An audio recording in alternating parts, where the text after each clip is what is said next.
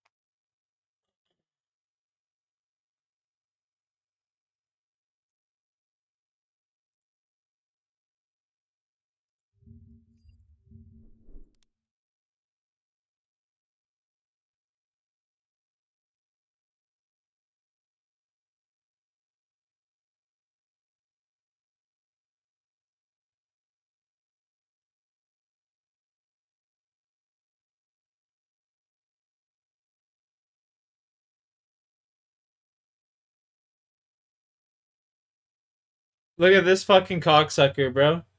This cocksucker Trudeau. He's getting rid of some of the fucking taxes that he put into place.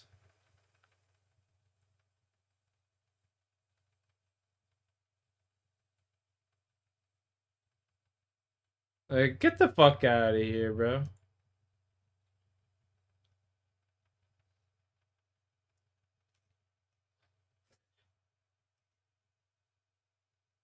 This country's going to shit, bro. Holy fuck.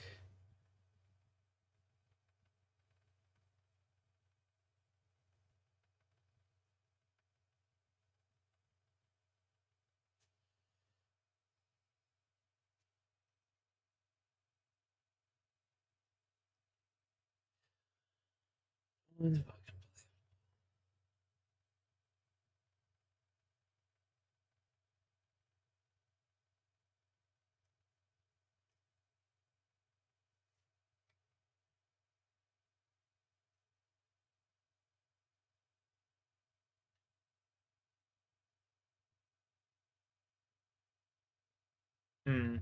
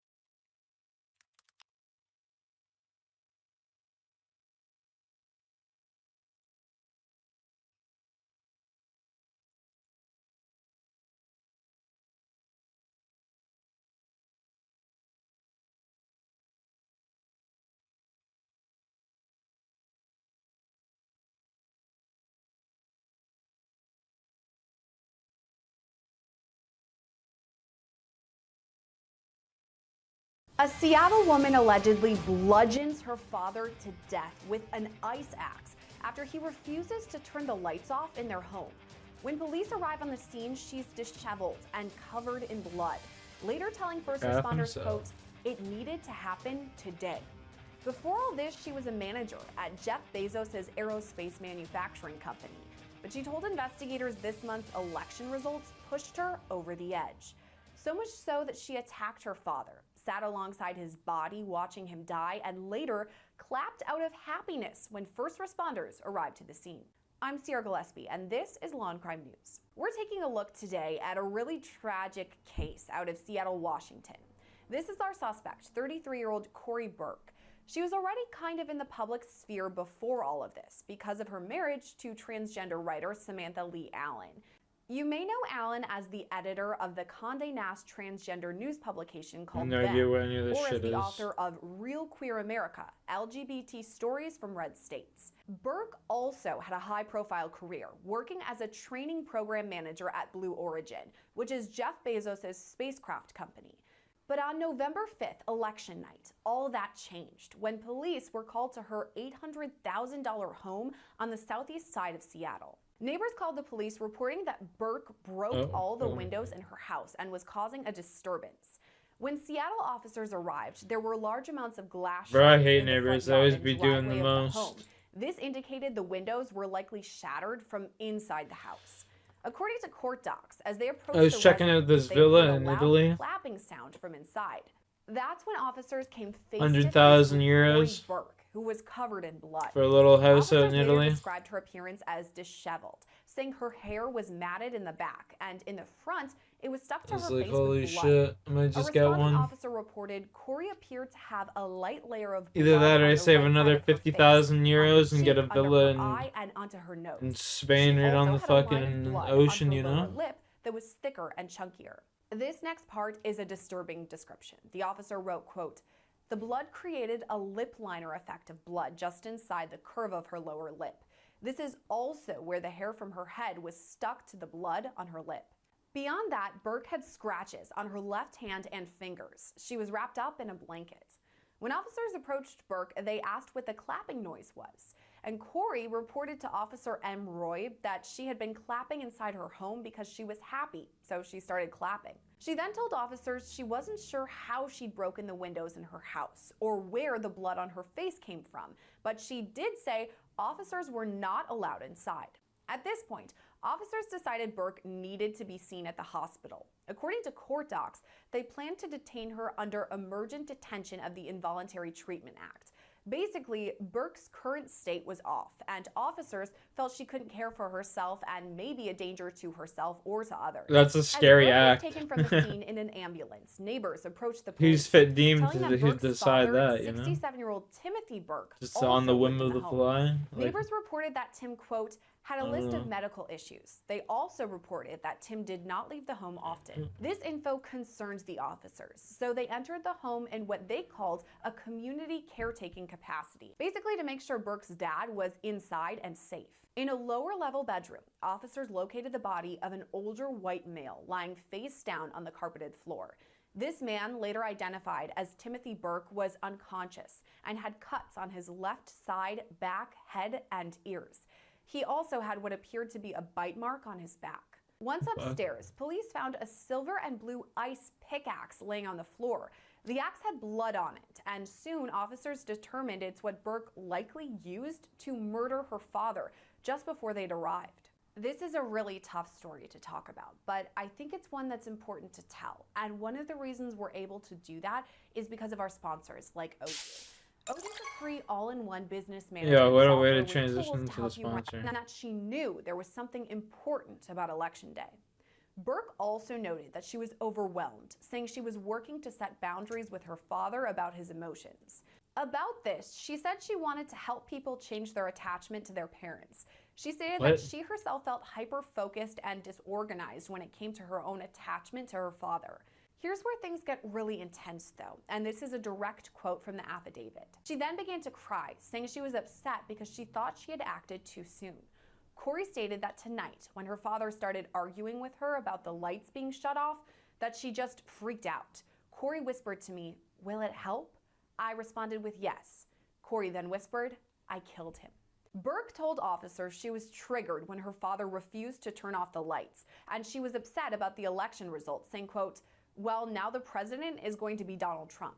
Burke admitted to using an ice axe to kill her father, later saying she had to choke him, quote, "and it was really hard, really effing hard." At some points, Burke says she felt she wasn't going to be able to choke him, what kind of so fucking she bit deranged him. person you gotta The do next to part do is it to also your a direct quote familia, from the you know? affidavit, and it's That's chilling to crazy. say the least. Quote, Corey stated that once her father went limp, she felt better. Corey said that she then hit him with the ice pickaxe in the head several more times. Corey then sat next to her father and watched him until she saw that he was not breathing anymore. Corey then went upstairs and broke all of her windows in her home as an act of liberation. After all this, Corey Burke was charged with first-degree murder. So this case is definitely a puzzling one with lots to unpack. And for that, we're turning to former prosecutor and criminal defense attorney Matthew Mangino. Matt, thank you so much for coming on. Do I like Canadian bacon? Canadian bacon's alright. Okay, so on Law and Crime, we obviously cover a lot of murders. Aight. It's kind of what we do. But I rarely cover murders that have to do with some good old P-mail axe or an ice pick. That jumped out to me right away about this story. What were you thinking? Yeah, I mean, this is really a horrific story. You know, a woman is accused of murdering her father, you know, first trying to strangle him and then biting him and then beating him with an ice pick. I mean, that's, or an ice axe. I mean, that's just really different, bizarre. Yeah, there's a lot going into this too, because there has obviously been this political divide with the election as of last week. And it sounds like that might have spurred this. There may have been a mental break. If I'm turning to like the defense attorney side of things, is that what you're thinking, that her defense may say this was a mental break? Well, I That's think hypocrisy. that's the first place that they're going to look. And I think, you know, there's some support for that. I mean, number one, you know, the police officers who responded to the scene, you know, sent her off with an involuntary sort of commitment where they wanted her to be evaluated for her mental health because of the way she was acting. She had blood on her face. You know, the windows had all been broken out of the house.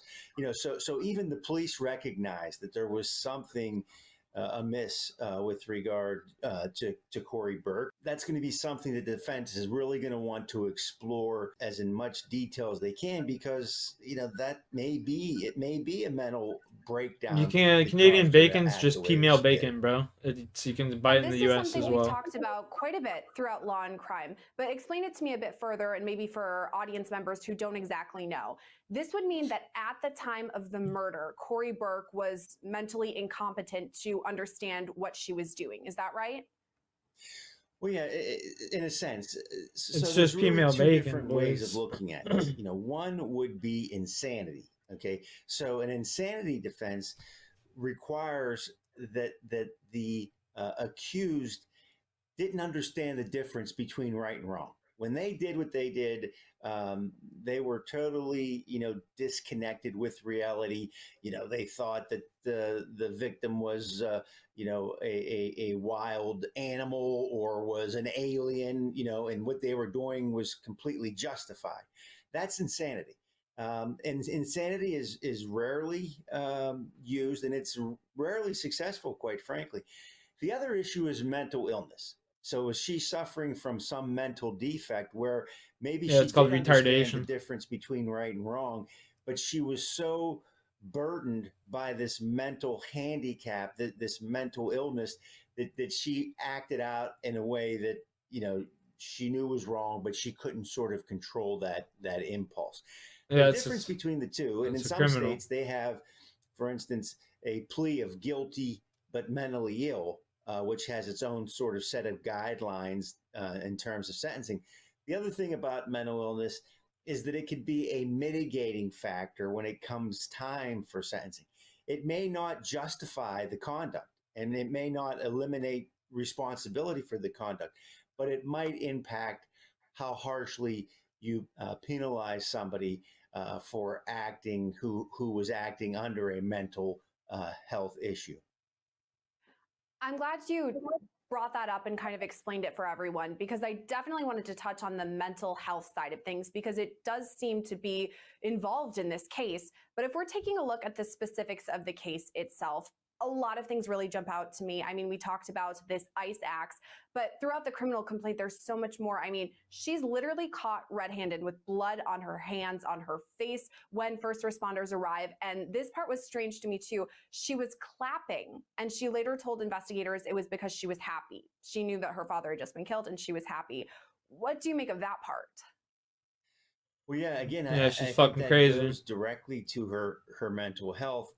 and possibly even her sanity, because again, someone who's insane doesn't understand the difference between right and wrong. So a reaction like clapping and saying this is something that had to happen, may actually go to her sanity. I mean, she talks about, this was liberating, and this is something that had to happen. And when she broke all the windows out of the house, that was liberating. In fact, if you look, as I'm sure you have, at the affidavit in this case, she even sits there with him after she assaults him, and he's still breathing, and she sits there and waits for him to die. I mean, so this is really unusual conduct.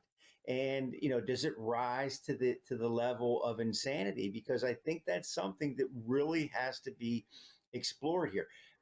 I almost think it's kind of a no-brainer that this is a mental health problem. This is the woman who's in the throes of some mental breakdown. But does it rise to insanity? I think is the issue that has to be explored here. You brought up something that was so stark when we were going through the affidavit, in that she attempted to kill her father, and as he's laying on the floor dying, she went up to him and waited for him to die, almost as if she wanted to completely get this job done. She was going to kill her father one way or another. Is that something prosecutors would highlight to the jury, because it is something so severe? It's her own father that she allegedly murdered. No, Yeah, I mean, fair. there's two sides to every story, and so prosecutors are going to look at this and say, "Hey, this is really cold. I mean, this is real malice." She sits there while he's gasping for air and waits for him Is to Piff? die. Nah, man, it's So all right. certainly she had the intent to kill, and she did it in such a manner that it was, horrendous and outrageous. But on the one hand, is that really showing malice in someone who has a hardened heart, or is it showing someone who has severe mental health issues, or maybe even be insane at the time this occurred? Leading up to the Be murder, insane too, at the obviously time it she's mentioned a occurred. lot about the election. I don't know if I You buy mentioned that. the liberation when she smashed out all of the windows, but she also told investigators that her dad. That's just wild. This was about Russell Westbrook, ladies and gentlemen. Hus West Side, as he's known in Los Angeles. Westbrook played 32 minutes off the bench, messed around, and dropped his 200th career triple-double, finishing with 12 points, 10 rebounds, and 14 assists. Westbrook is the first player in league history with 200 triple-doubles, accomplishing the feat in 1,175 games. Joker is the closest current active player. Joker's in fourth place all time with 136 triple-doubles in 685 games. I'm sorry about it. I'm just reminding, like, when shit is going bad, right? And then you look at this play, and I see why when Westbrook be going horrible for him, because some of the passes he be making, when that shit is horrible, that shit horrible, dog. Like the little bank, right? That's the top of the backboard. Hey, you never seen nobody trying to shake somebody below the free throw line and then make it, like, if he missed that shot off the glass, oh. Like, that's the one where you be like, damn, he hit the side of the backboard. That's the day. This shot right here, that's the day when he's off. Yeah, got it. Throw the line, that motherfucker went all the way out of the back. I'm just looking at the players like, Get me, coach. yeah, those are them Westbrook moments where he be like, And those moments get elevated and amplified. yeah. Absolutely. More than any other human It's being. nasty because the passes he's making, turnover. We like, damn. Charge, out of bounds. All off back the to foot, back, yeah, too. all off the foot. Get him out. Out the game. Fast break, air ball layup. Damn. Westbrook, 200 triple-doubles, 1,175 career games. Obviously, it's weird, obviously, the second player in NBA history to average a triple-double, first player to do it for multiple seasons. For some reason now, they don't give triple-doubles the respect they deserve, but does Westbrook deserve more credit for his triple-double record? Only player in league history with 200 triple-doubles any era. Did the guy before him get credit? Yeah. Big O. Yeah, That he deserves the credit? he does. Like, shit's hard. Triple double is But hard. I feel like Wilk probably got like 300-400 and they just weren't. Oh, back then, he would have had I forgot, it was like 700 quadruple doubles. That's crazy. Yeah, because they said, That's crazy. they said stat-wise, if they kept the stat, he would have averaged 14 blocks. That's crazy. So, because if you're averaging 14 blocks for his career, I mean, thinking about all the triple doubles where he had 10 assists, those have been quadruple doubles, so it'd have been crazy. Him and he would have been first, and then Miss Layups would have been second. Bill Russell. Bill Russell. Actually, he's not Miss Layups. That's damn near. That's Mikey. That's George Mikey. That's George Show- Mikey. Thank you, Gil. Show some respect. That's George Mikey. He was doing the Mikey drill because he was trash. They made But, a drill after him because you need to work on your layups, But dog. this is why you Just have go to right here and go right there. This is where you have to give it credit. It wasn't done. It wasn't done since the 70s, 60s, Oscar was the 60s, I believe. since the 60s. You're telling me all the greats that came through that were trying, you don't think Jordan was thinking about trying it, or anybody who had the capability, Magic, when he was doing it? Like, J Kidd, like, he had an engine that allowed him to do it. And the problem with it was, it reminds me of James White in the dunk contest. It looked so easy, they didn't know how to grade it. Yeah. What you talking about, the McDonald's one? All of them. Every time I looked in the dunk contest, They was giving him like a 9 in there, and it's like motherfucker jumping from the free throw line like this, 50. He coming out of this, yeah. 2 hands. 45. 45. Like, wait, what? Between the legs, free throw line. 38. Like, come on, dog. Like, it's just, and that's what it is. He made the triple-double look so easy that they said, anybody can just do it. All you got to do is just patch your stats. You just got to go in there and just rebound. And just go rebound and pass the ball. Like, if it was that fucking easy, why everybody didn't? Exactly. You remember when LeBron was tapping into it? They was making the point that, 28, 7 and 7, 28, 8 and 7. And the idea of LeBron can be the first one to do it became a thing. And then when a guy who you guys don't look at as a natural scorer did it, he's padding stats. He's stat pad. By metric, it would make Westbrook the best or the greatest point guard of all time. Seeing that the double-double, points and assists, Chris Paul, John Stockton, right, is the one thing that was pretty much valued as much as anything from the point guard position. How many double-doubles can you get? Can you average a double-double? Yeah. Right? But Westbrook averaged a triple-double at the point guard position. Yeah. So he did that how many times? 3? What? 4. He averaged triple-double? 4. 4 times he averaged a That's triple-double. 4 times. At the point guard Average. position. Average. Now, we talking about the double-double being the metric Yeah. of highest from a point Great guard. point. So how can Westbrook not be all the way up here at 200 Average triple-doubles? triple-double. With a 30-point triple None double. of y'all can reach him. None of y'all. Magic, all y'all, you can't come back to get more triple-doubles than him. You can't come back and make it look better than him. He made it look so easy that we just stopped looking at it. Yeah. You know what it is, man? When you talk about the point guard position, it's very point. it's very different than what it was before. And people don't realize Magic is the one who ruined the image of a point guard. That's where the image of a point guard was ruined forever. Back before, it was just a guy who didn't really Control it, move he it. controlled it. And then you got a 6'9" dude that was a small forward that had the vision better than the point, right? That can do all of it.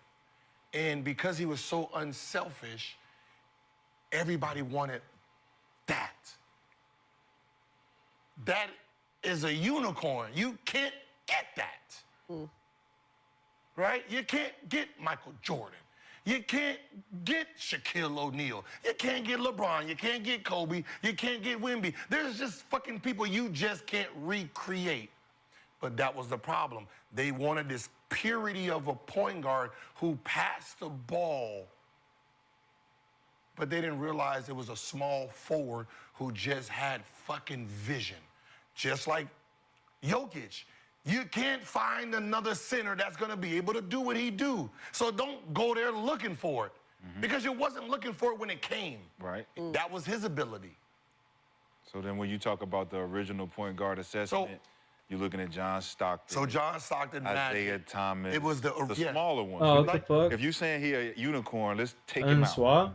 You take him out. Now look at all the point guards other than All Magic right. Johnson. They all have something in common. Say to be the Jason Kidds, the Chris Pauls, the Steve Nash, Mark Jacksons, right? Even like somebody like Oscar Robertson and Westbrook, they don't belong in this category. Or they belong at the top of it, and we No, what try I'm to saying, try to save everybody else. No, but what I'm saying is these are the two guys, like this new guard, my era guard that was coming in. It's unfair for us, right? But it's unfair for the pure point, right? You can't compare the two because what Westbrook is going to have over the Magic Johnsons is he's going to have more rebounds and more assists because how he plays the game. I mean, more rebounds and more points because how he plays the game. They're going to have more assists because how they play the game. Because the structure of the game. Because the structure of the game. So it's kind of, it's hard to say who's the best point guard ever. Nah, it should just be a whole nother category. Because what you just said is the system that allows Westbrook to create, well, not Westbrook, but who'd you say before that? Oscar. Oscar.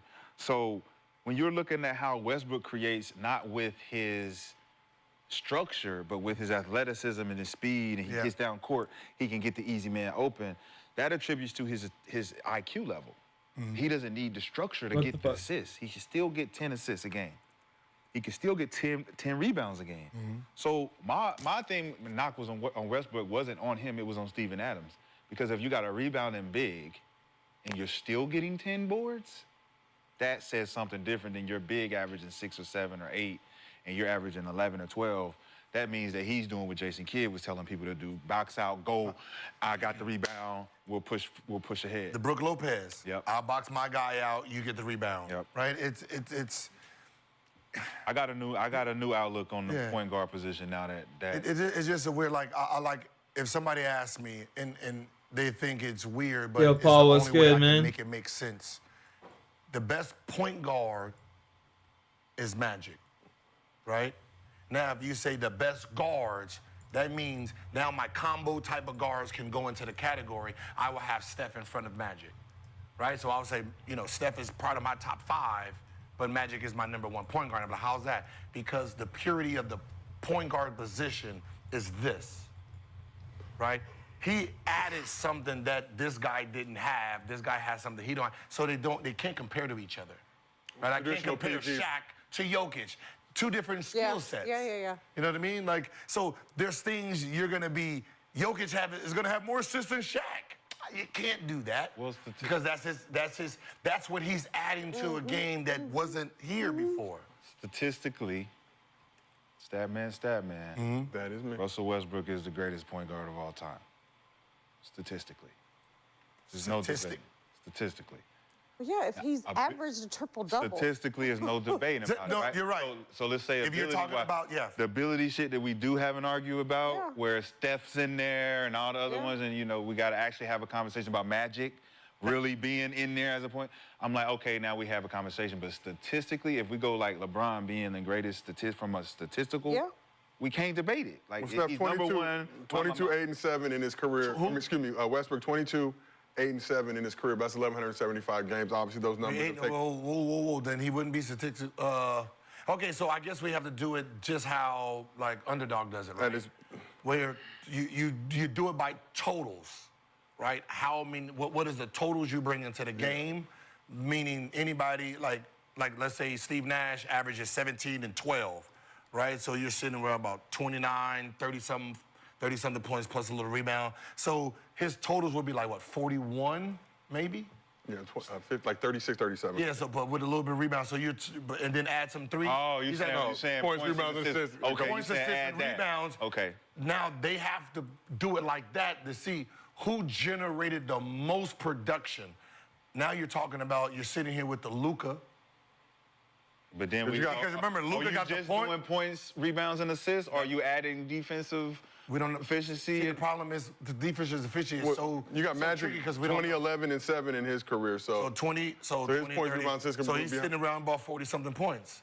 See, the problem is this new school, the way the game is being played, they have more points and like 2 or 3 so they're averaging like 10, 11 more points, but they're only 3 or 4 assists behind. And it's offsetting all of the. And they're throwing a rebound. So like Luka is sitting at like 50-something points. Westbrook is sitting at something about 50-something points. So that's the capabilities of getting you a triple-double and getting this amount of points every night. So it's the Luka, Westbrook. Yeah. So it's LeBron, so that's how you have. That's how you have to do it to see who is the most. And that's why the who put the most comparisons, production. though. That's why the comparisons are difficult. Or when people say, "Well, who's the best point guard of all time?" Yeah, just. I think it's unfair. Yeah. It really is. It's because it really has nothing to do with championships. It just should be production. What is the production? What are you getting out of? Got kind of railed that trip right there by some magic attacks, boys. Of what that player Absolutely fucking railed. Because player style matters. Darren Williams in comparison to Chris Paul, similar styles. And then you got Dame Lillard compared to Russell Westbrook. Or Dame Lillard, like actually Dame. Different styles. Yeah, different styles. Different styles. So it's like Westbrook's style is one of a kind. Yep. So when you put his style up against CP, Jose Calderon, John Stockton. You don't know how to judge it. So, but you have to judge it with style. Because now you're like, well, they both give you production the same, but look how he does it comparison to he does it. He does it with structure and system. He does it with athleticism, brute strength, and intimidation. Which one would you prefer? Yeah. Most definitely. Always love having these great conversations with y'all. Hey, Philly entered the season with championship expectations. Philly shouldn't have been. They're like, what, 2-12?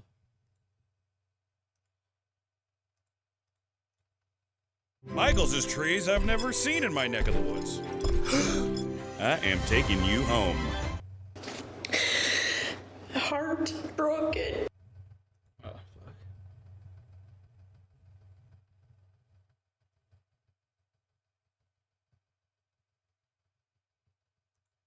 fuck. The Joe Rogan Experience. So, Göbekli Tepe, brother, if there is such a thing as an ancient conspiracy theory, it's this. So, I remember hearing Graham Hancock come on your show back in like 2015 or 2017, and he was talking about Göbekli Tepe. And at that time, he had shared that the site was only approximately 5% excavated. It's the first video on my channel. It's like August 2017. And I shared the details of it. These pillars dates back 11,600 years. It appears to be purposely buried at the same time of the Younger Dryas climate catastrophe. This is fascinating.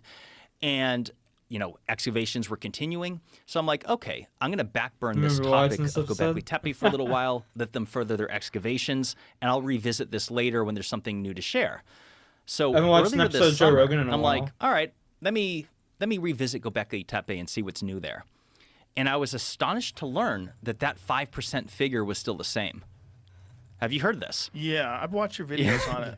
Yeah, YouTube channel, Bright Insight. Subscribe. It's undeniably strange. Your videos are undeniably strange. So here's some images where you could see what it kind of looks like along with this globalheritagefund.org story on it. So it shows 5%. Right. And that figure is still the same as of 2023. Yeah. I had one, there's a lady who does tours there and corroborated the 5% figure. And then there's a gentleman named Hugh Newman, who's an author and also leads tours. And he communicated with me that what they were going to do, and I couldn't believe this, they're going to defer a full-scale excavation for, quote, future generations with a 150-year estimated time frame for a full excavation of Göbekli Tepe. And I'm like, wait a second. Are you serious? Like, this makes no sense. We're talking about arguably not just the world's oldest ancient site, but arguably the most mysterious, because it's, like you were just saying, it's not supposed to exist. Based on everything we were taught in school, it's supposed to be the Sumerians. And then you have the site of Göbekli Tepe, made up of sophisticated pillars and concentric circles. At least 5,000 years older. Yeah, that older than almost 7,000 years older than Stonehenge, and Stonehenge is a mystery of itself. Right. So I start Googling and looking into the details. I'm like, this doesn't make any sense. How could there possibly be, how could they defer excavations for future generations when this may be the most important ancient site on Earth involving our mysterious lost ancient past? And so I started digging into this, and I couldn't believe what I found. So they were doing large-scale excavations, but that has since ceased. Just to clarify, they are still excavating Göbekli Tepe, but they have rolled and dialed back the large-scale excavations of the years prior, and they are focusing on conservation and tourism management of the site. And like I said, with a 150-year time frame, and I'm like, wait a second. I can't, and I have all the screenshots in that folder. Because of funding? Absolutely not. So not only have they never claimed that it's related to funding, but this is where things get bizarre, is that there's a Turkish conglomerate called the Doges Group, which consists of 250 companies within Turkey. It's a billion-dollar industry, and they're the ones that took over management and funding of the site back in 2017, and they announced this at all places, the World Economic Forum meeting in Davos. In 2016 is when they announced this partnership. Initial funding of $15 million. At that time, they set up the infrastructure for tourism. Roads, sidewalks, walkways, roofing platforms. And since then is when they dialed back the excavations. And I'm like, this makes absolutely no sense. So it has, let me just be crystal clear here. It has nothing to do with funding, and they've never claimed it has anything to do with funding. But their excuses, they have said, one of which is that, well, we want to wait for future technologies to develop so we can more safely excavate the site. And I'm like, wait a second, hold on a second. We're talking about pillars buried in dirt. It's 2024. Do not tell me that we do not have the technological capability to dig rocks up. What would be an alternative explanation? So, okay, this is where things get fun. Oh, boy. So, rabbit hole, here we go. Fun. I love a good rabbit hole. Let me say a couple things before I get into it.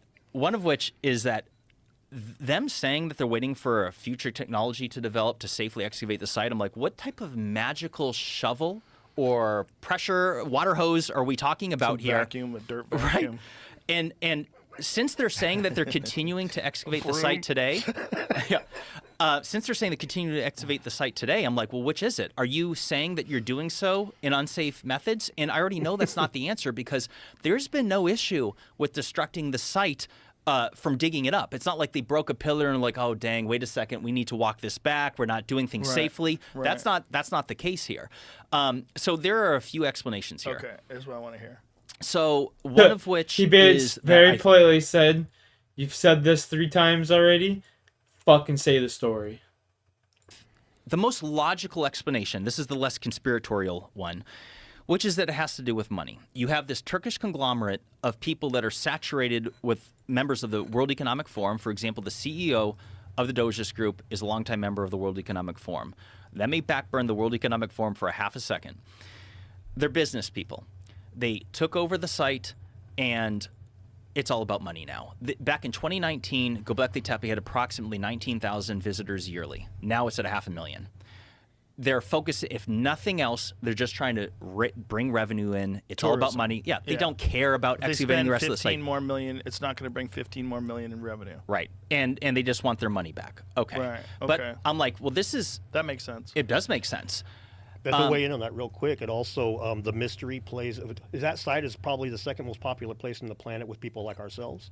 And the more mystery is there, the more money, the more like, we deal in mystery. So if they excavate everything and we know everything there is about that site and it's all super mundane and there's nothing cool about it anymore, that tit dries up and there's no milk coming out. Yeah, but how could it ever stop being cool? I agree. It doesn't make any sense. I agree with that. But that one doesn't make any sense. That's a Zahi Hawass kind of thing. He's of the same opinion where I think a lot of the same things, happen in Egypt for the same reason. Zahi Hawass is quoted with saying that those New Age people, it doesn't matter what happens in Egypt. The New Age people, they come.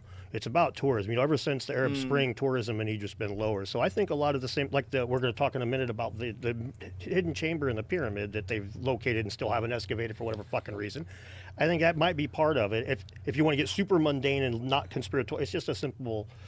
the tourists keep coming while there's a mystery there. As soon as we open that up, it's just an empty chamber.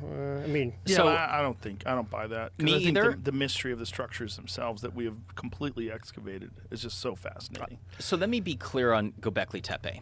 It's somewhere between 5 and 10% excavated. There's Which a means bunch- that- so here's it says some sites, archaeological sites that are where only 10% or less have been uncovered. None of which date back anywhere near remotely as old as Göbekli Tepe. And so just to put this into perspective, Göbekli Tepe, according to ground penetrating radar, consists of approximately 200 T-shaped pillars. Only 72 of them have been unearthed. And as of just a few years ago, they're dialing that back to fully excavate them, which again, the 150-year time frame. And I'm like, this is entirely unacceptable. There could be hidden answers about our lost ancient past waiting to be discovered on these pillars, because all the pillars are trying to tell us some sort of story. They all have Right. depictions, animals, all kinds of things on them. There's the shaman with the bag, Right, which is is seen very interesting. Right, we've seen that from the Sumerians. We've seen it Yeah. in South America. The bag thing is very fascinating. It is. It's hotly debated. It was, yeah, I'm sure. I mean, you could say maybe it's a tool bag. You could say maybe it's psychedelics he's got in that bag. You know, Academics say it's just water. water. It's a water bucket. you guys So, familiar with the there work you of go. Martin Sweatman? Excuse me. You guys familiar with the work of Martin Sweatman? Yeah. No, I am not. He's the one that he was on Ancient Apocalypse season 1 for a minute. He's the guy who's made basically a star map of that pillar 43, and in his opinion, those 3 handbags at the top were 3 sunrises. And if that's the case, that would almost make sense, because then like a picture of an Assyrian holding that would be like a holding of astronomical knowledge. Like this symbol could have been a symbol of knowledge of astronomy, which is one thing honestly about Göbekli Could have been a Tepe book bag, it could have been a book bag. right? I mean, it kind of makes sense. They Yeah. probably had to travel around with their books. So here's the thing. That pillar, that's just one pillar out of 200. And here we Meanwhile, are like debating, everyone's we don't here even know what it is. like It's- having all these conspiracies about this like fucking symbol, and it's like nothing. It just means nothing.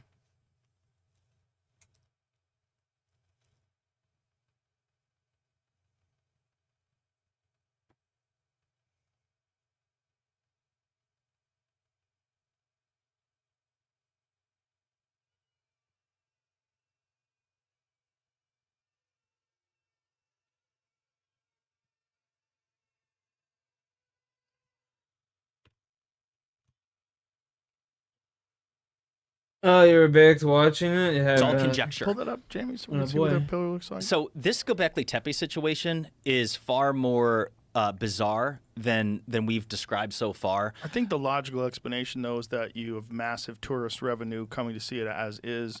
Why spend more money and excavate these things? I think so that's the this most- is the pillar. I think that's the most logical explanation, but it could be more insidious than that, because So for- that's one pillar. that's pillar 43, the most debated one of them all, and there's approximately 128 more pillars that are still buried in the earth. What's that bird doing holding the earth? Dr. What's Martin Sweatman, his first paper on Göbekli Tepe's pillar 43, he's got Scorpio on the bottom. He believes that's Sagittarius, that's the sun, and if that's one. Basically, it's a star map denoting the time that the comet smacked the Earth. Is what he believes. Each one of those V's. His latest paper on it, each one of those V symbols is a day. In his opinion, each one of those boxes is a month. And there is basically a full year denoting the whole thing, the way he's broke. That's very interesting stuff. And one of the things that's wild to me, when we talk about like the lack of further excavations, is almost every pillar we bring up has new symbology, new symbols, new iconography. If we're trying to find some sort of ancient proto-language or something, we need more symbols. We need more things on Earth. Sure. Yeah. And that's completely opposed by the mainstream archaeology. The idea that these guys had any sort of written language is fucking ridiculous. And but what are the theories involved in? Yeah, Dark I Knight, know it's been chilling, theorized bro. that it was purposely covered in It- dirt. It really looks like it. If you look at pictures of the excavation, it looks like it was all piled in with stones and dirt, because if it was some sort of natural event, it Rogan, would have yeah. destroyed the pillars. The pillars are preserved. So it wasn't just blown in Yes, with dust. sir. If you look at it's gravel, and like as Graham Hancock has explained, that Klaus Schmidt, the original excavator of the site before his untimely passing in 2014, the people that have worked the site believe it was intentionally buried. that is debated in academia today. But isn't there also carbon isotope dating of the ground soil that shows it's the same age throughout the entire whatever feet it is of the dirt Yes, that's covering it? And so it's very apparent that it was purposely buried. And what's interesting about that is that it coincides exactly with the Younger Dryas climate catastrophe. So if you want an alternative idea we could talk mudslides. No, because it would destroy those pillars. Knock them over at least. Yeah, that's I've seen that in Iraq with the statues. Right. So we'll share. Let's talk about this in a second. This is so this is where things get wild. So, bro, that's before the excavation. This is an aerial photo from what year is this? That you fan of John Jones fight? Or no, excuse me. That was before 1994. Didn't watch it, but I heard all about it. 1994, 1995. So that is when it was just dirt. Correct. Everybody thought it was just a regular hillside, which makes you wonder how many more are there out there. Well, they're finding dozens of other sites around Turkey that are even older. Place. And even older. Yes. So let me tell you a few different things about Göbekli Tepe. When you bring up pictures of the pillars, notice how they all annotate animals on them. Yeah. Now, this is a fun topic, and I have a few other things to share. One of which is that if you want to talk about reasons not to excavate it, I'll give you two possibilities. And this is just conjecture. I don't know what the answer is. Let me say this up front. But part of it could have a religious implication. Oh, is it fighting in December, eh? That'd be nice. Start with that. So he's fighting in December. It is an established fact that the Younger Dryas climate catastrophe happened between 12,800 and 11,600 years ago. We know that there was vast changes in weather patterns throughout the northern hemisphere. The only part of it that's debated, and as well as near extinction events or extinction events of many different mammals in North America, but what we know is that something happened. Whatever it is what's debated. Whether it's a cosmic impact, whether it's a pole shift, whether it's sun cycles, all kinds of conjecture all the way around. But when I mentioned the WEF, they are the biggest proponents of the man-made climate change narrative. They're the ones that want to get rid of gas-powered stoves. They want us to get rid of vehicles. They are pushing their initiatives around the world, and they believe that we're destroying the planet. I'm not saying they're entirely wrong, but I don't agree with their ways of going about it, but that's a side point. But here's the thing. When you look at the legend of Noah's flood and Noah's Ark and the flood, so I'm not suggesting that there was a flood that covered every mountain on Earth, and nor am I suggesting that there was a boat that housed every species of animal on Earth. However, if Noah's Ark existed, many believe that it was crashed onto Mount Ararat, which is also in Turkey. And something fascinating is that in the Bible, in Genesis 8:20, some of the first verses after Noah emerged from the flood, is that he was said to have constructed an altar to the Lord where he sacrificed some of every clean animal and some of every clean bird. Göbekli Tepe is in Turkey, and every single one of those pillars annotates animals. And some have suggested that it could be Noah's altar. Now, some biblical that could be one reason why they wouldn't want to excavate it, is because Turkey is an Islamic country, and if there was some Christian religious belief that was corroborated, they might not want that to happen. Another possibility is that the site itself might corroborate the Younger Dryas climate catastrophe. And when we're in a time frame where they don't like talking, academics, they don't like talking about cataclysms. They want to pretend they didn't happen. They want everything to be man-made climate change.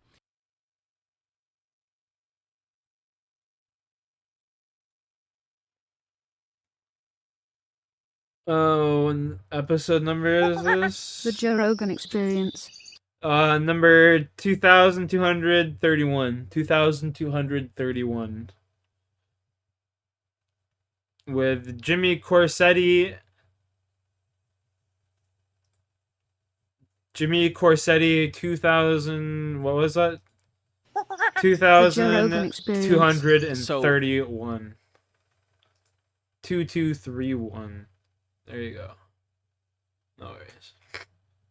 Sorry, I'm a little tired, bro. I'm a little tired. That's not bad. I'm being, I don't know, a little out of it, you know? Man, my prime minister's a fucking cocksucker, bro. He's taking off all of these taxes that he put in place, and now he's making himself look like a fucking hero. Like, get the fuck out of here, bro. Get the fuck out of here. Cheeto's the biggest fucking idiot, dude. It's like 11 there? Yeah, it's quarter after 11.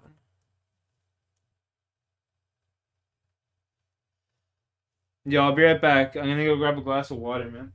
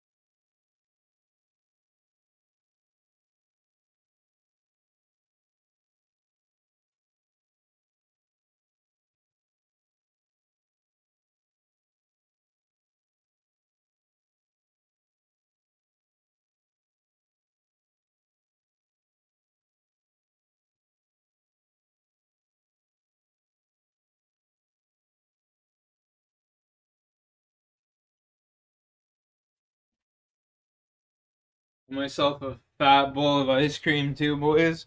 Let's go.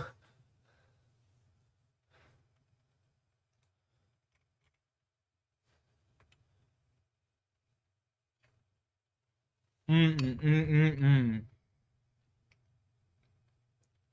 When are y'all's elections next year? No, no, no. He made taxes harder, so he's been the prime minister for the past 8 years, right? Or, yeah, for like 8 years or whatever. He puts all of these taxes in place, and now that election is next year. Oh, my bad, Dark, my bad. But yo, listen to this. So this fucking goofball right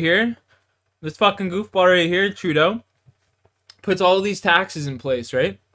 Puts all these taxes in place for like over 8 years and shit. And now that he realizes he's losing favor in Canada, you know? He's losing favor in Canada. Because like Mr. Oh my god. Mr. Poilievre is like just like fucking amazing, you know what I mean? He's actually like listening to what Canadians want and shit. Realizing how fucked our country is.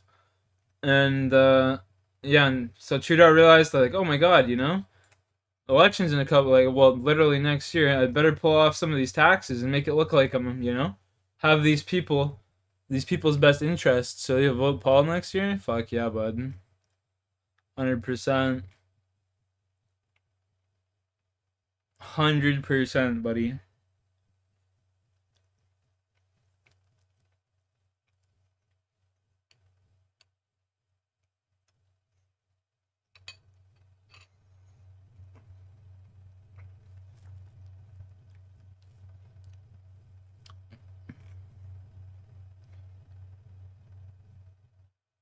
Paul's the best.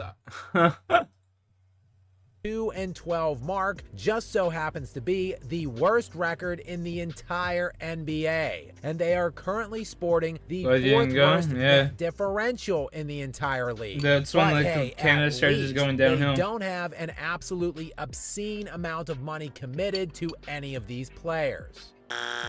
Oh, right. The 76ers went on an absurd spending spree this summer, extending Joel Embiid to a 3-year, $192 million contract extension.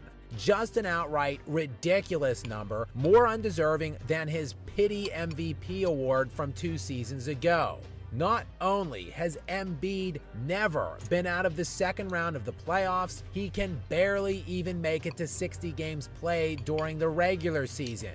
In fact, he has never once made it out of the 60s in terms of games played during any regular season, with his career high sitting at 68, while he has played in 51 games or less in 6 of his 10 seasons now. None of that, though, stopped the Philadelphia 76ers from breaking the bank and making this guy one of the highest paid players ever. And yes, I did say ever. With this most recent contract extension putting Joel Fuck Joel Embiid's like, I hate Joel Embiid. Don't hate him. For career earnings on the court, a club which consists of only 4 other players. I hate his attitude. LeBron James, Steph Curry, Kevin Durant, and Paul George. Yes, Paul George also became one of the highest paid players in league history this summer, also on the 76ers dime, as they dished out a 4-year, $212 million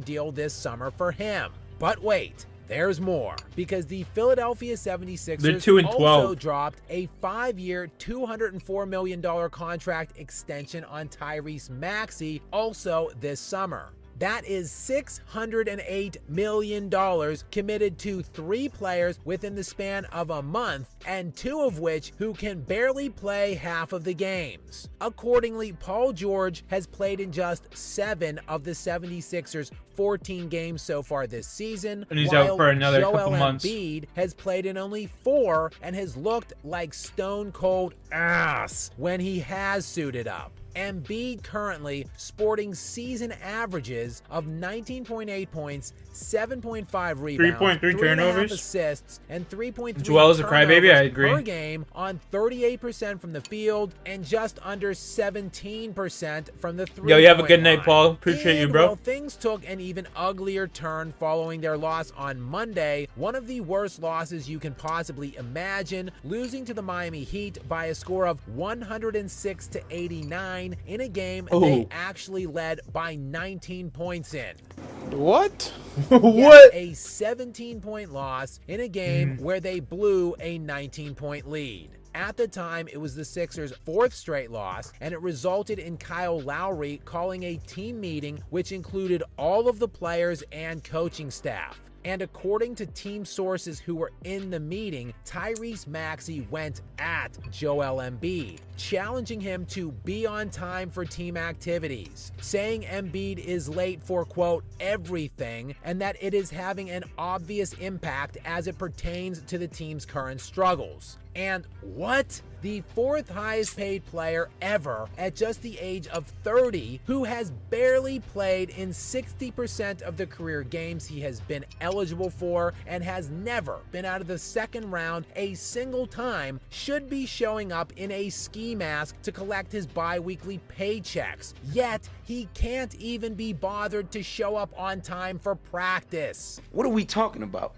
Also in this meeting, the coaching staff That was a good begged clip. players to take practice more seriously and to practice with purpose. We're talking about practice, man. Seriously, what the hell is going on here in this era? In case any of you are wondering why guys in literally The highest every paid other era divas? were washed out at 32, 33, 35 years old, and cats today are cruising into their mid-30s and beyond, it is because this era is soft as hell. And anyone curious as to how this loser hasn't been able to make it out of the second round despite his I just want to say, astronomical price tag can look soft as hell. This And clip right anyone here, curious as to how this one right here, loser hasn't been my able to Toronto make it Raptors out made of that the second motherfucker cry, round baby. despite his That's all I gotta say. astronomical price tag can look no further That's all than I gotta this say. garbage. It's garbage. Anyway, fresh off of that big team meeting, Made Giannis the cry, Sixers too. went out and dropped another game to the Memphis Grizzlies without Ja Morant, Zach Edey, and Marcus Smart. But yeah, I'm sure the 76ers are going to be able to turn it around anytime this season. The good news for them is, even if they don't, they will have plenty of time to work on their improvements for the future, since they have the core of this team under contract for many years to come. Time for your top 5 point guard list. So, Brandon, we're going to start with yourself. We'll post it on the screen. Give us your top 5 point guards. Steph Curry, Magic Johnson, Isaiah Thomas, John Stockton, Jay Kidd. Everybody on this list has been to the finals, whether they won or lost.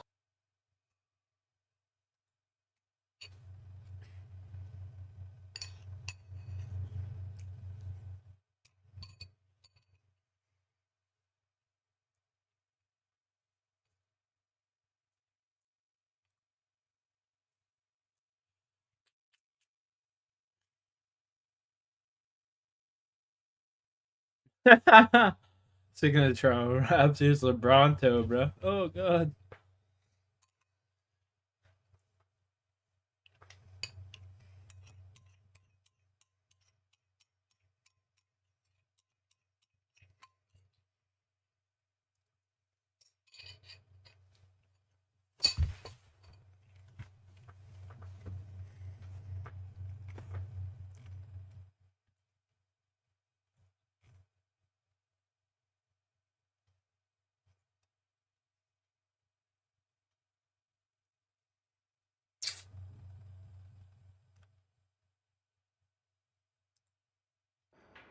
The YouTube Music app has ad-free playlists This guy got just for your 16 ears years in prison. and your fingers. Try 1 month free. After Johnny Somali and his 2 buddies were taken down by one Korean dude, a literal line of other Koreans formed, asking to fight him next. Check your Instagram DM. Let's fight me. I will kill you. If you're in a 20-mile radius to where I live, be prepared to see me. Until a Korean Navy SEAL went out and actually found him in his hotel. Hey. 야, 수말리. 어디가? 어디가? What you mean? 어디가? 어디가? What is 어디가? Yo, please. And Yo, now YouTuber that guy's already got a Mango black guy. decided to cover Yo, the this man incident, is but to beat explain the fuck up. Look significance at that of this shit. Is on YouTube. She has nearly decided. Bro, look at this guy's face. This man's got his ass beat.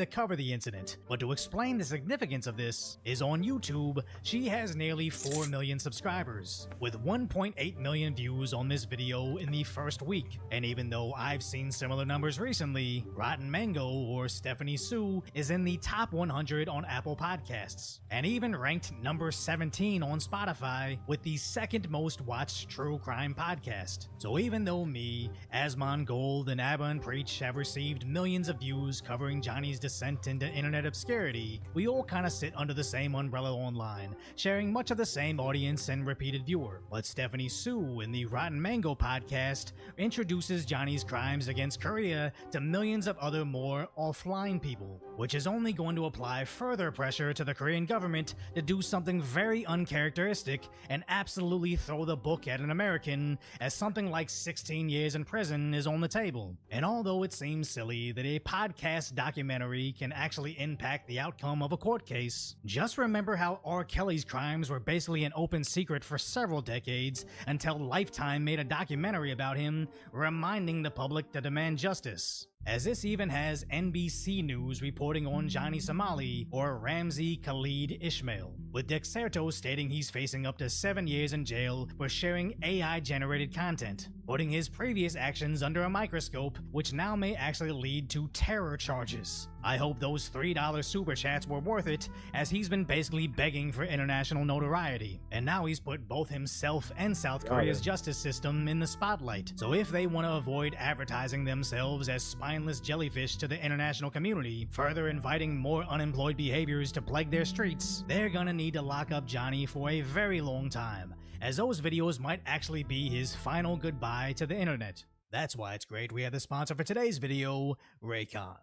With Black Friday inside already half the price of the other guys, but right, to be able to outside Black Friday. So he switched to live streaming inside what appeared to be an empty room, until internet sleuths caught a brief glimpse of a blurry pizza box that locals were quickly able to identify. And as he tried to antagonize the Koreans even further, they caught a reflection of the room off his cell phone, identifying a particular exit sign and an internet cafe monitor, as the chat filled with messages stating they knew where he was staying. As shortly after that, that Korean Navy SEAL found him in the street. But luckily for Johnny, the local authorities were nearby to rescue him. My hat. 자, 이쪽으로 오세요. 거기 hat. Arresting the Korean UDT SEAL that showed absolutely no remorse. 야, 굿나잇, 소말리. 굿나잇.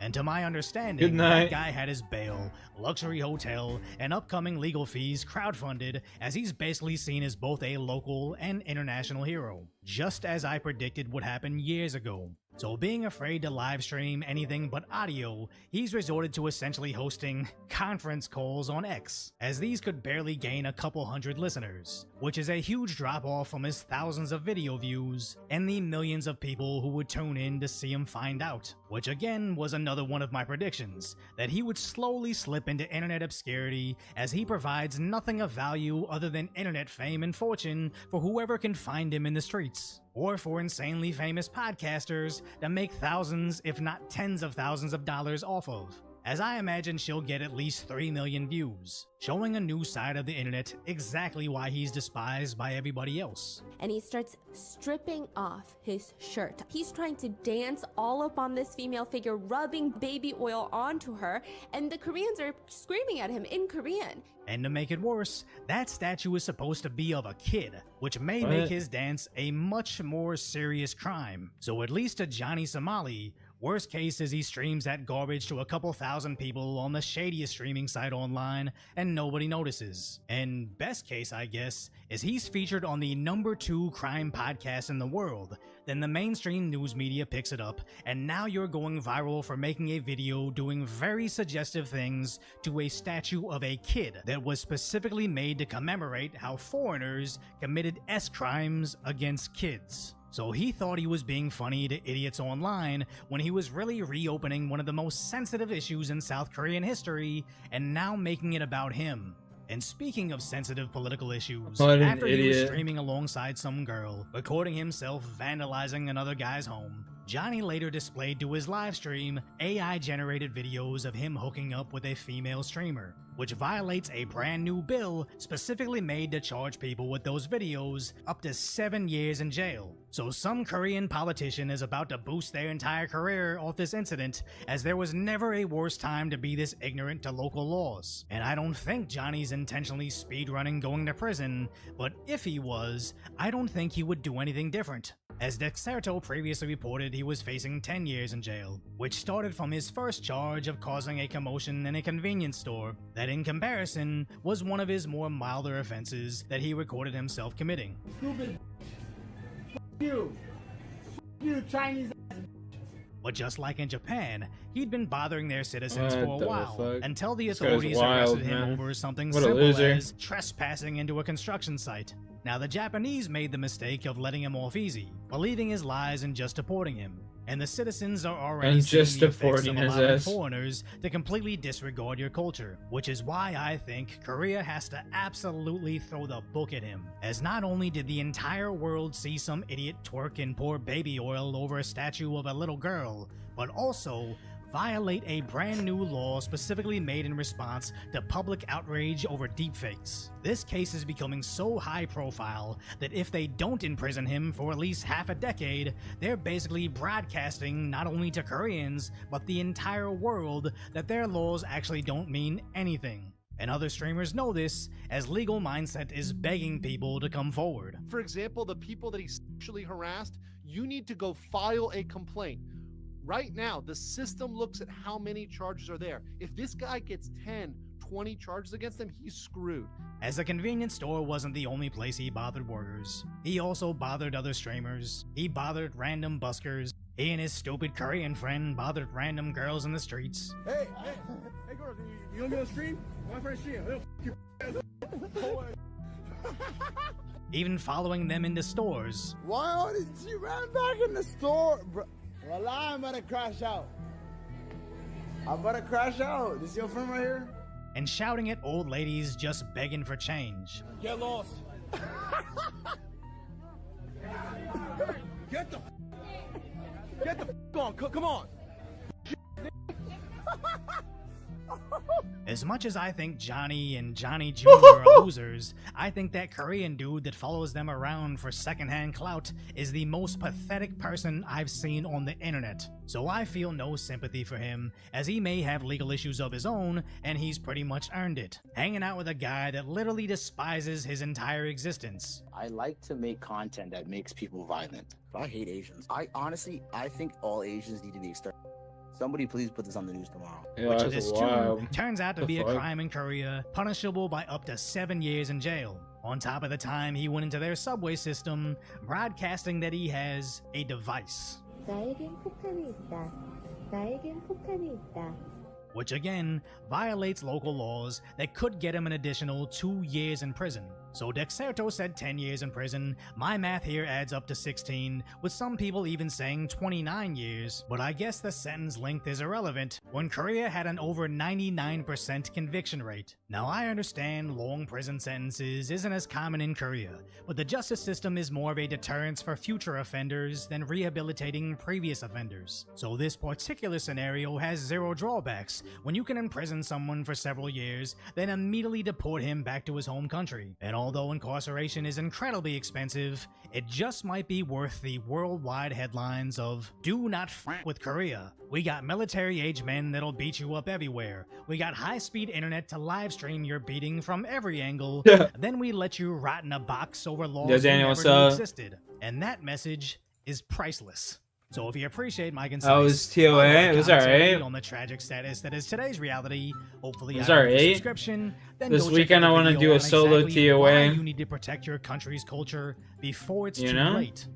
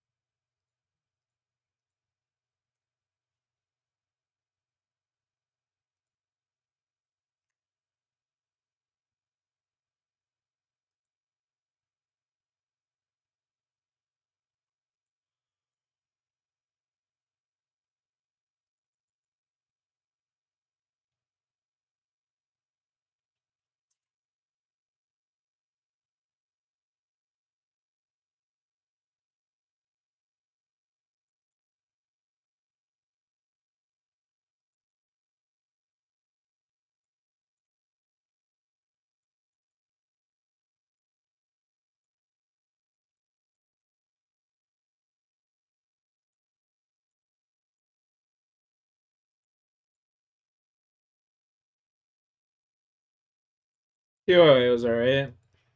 I got lots to learn yet. You know?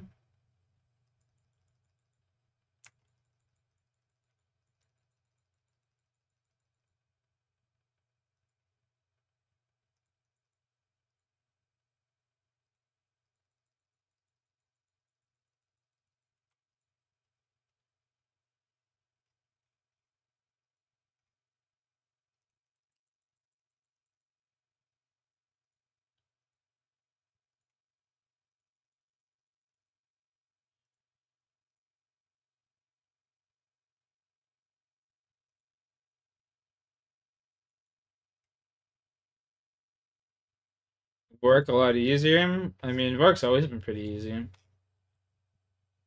You know what I mean? Vorkath ain't nothing but a G thing, brother.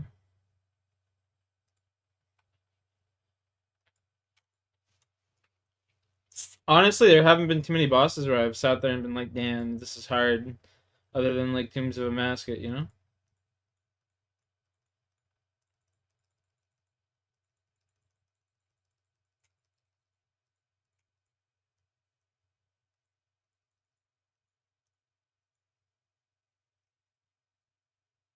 I'm still quite a noob.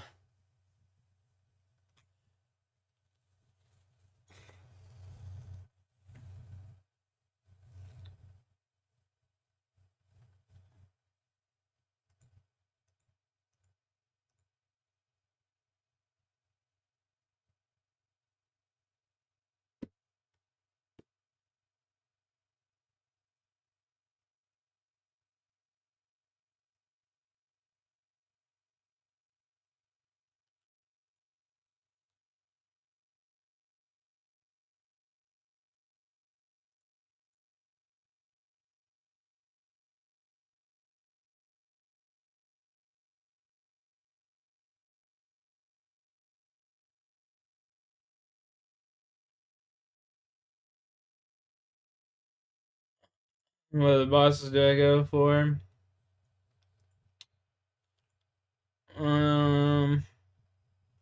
Well, like Bandos and shit, God Wars Dungeon, Huey Codal, Moons, Perilous Moons, Zolra, Scarius.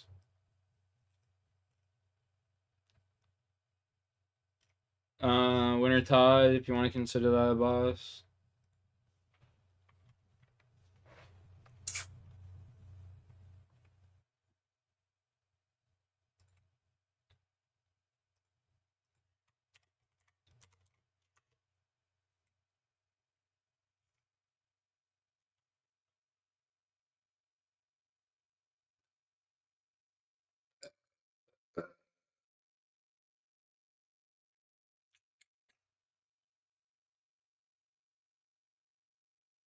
KBD, Gargoyle Boss, a Brofalite. What is this? Commander Zelina, yeah, the God War Dungeon. What is this? Chop Radar. Scottizo as well. Of course, you know we gotta be doing the Hill Giants, right? Oh boy, my boy.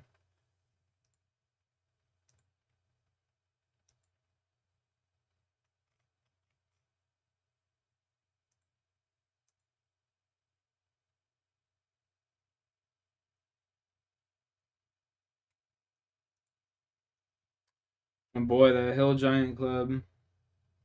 Wonder how much that actually goes sells for. Hill Giant. Hill Giant Club, 1 mil each. Damn. Damn, boy.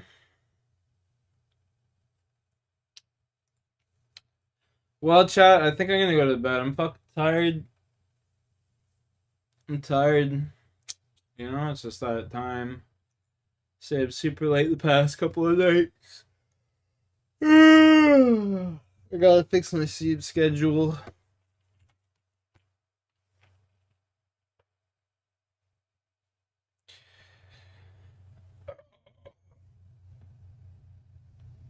Appreciate y'all for chilling. Have a good night.